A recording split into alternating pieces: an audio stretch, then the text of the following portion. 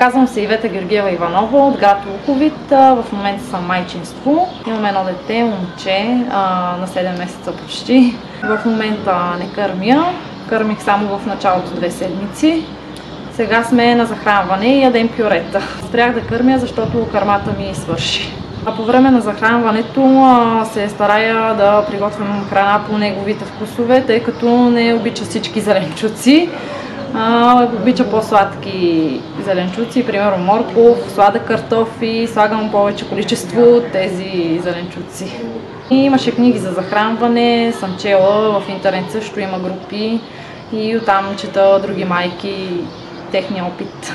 В нашия град има детска кухня, тя започва от 10-я месец и още не можем да се възползваме от техните храни. Докато бях бременна, не ядях никакво месо, тъй като ми се гадеше от него. Само постни храни, картофил, рис, пиех витамини за бременни и общо взето това.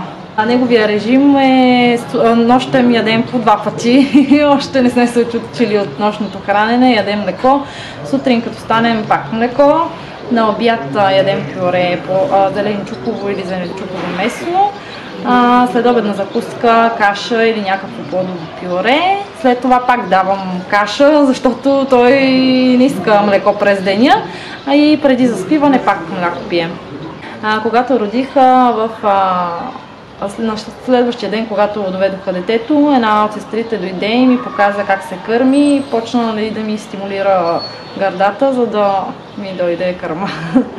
Ако имах достатъчно средства, бих купувала много плодове и зеленчуци и пюрета, които яде моето дете.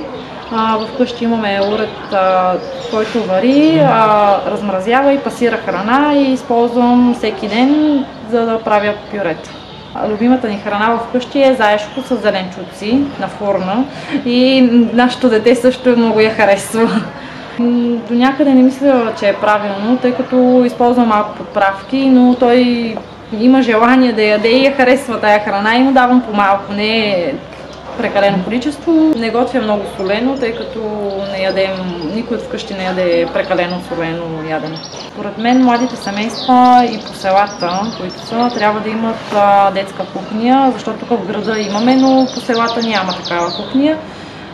Може да има обучение за майки, които не знаят как се кърми за началото на майчинството.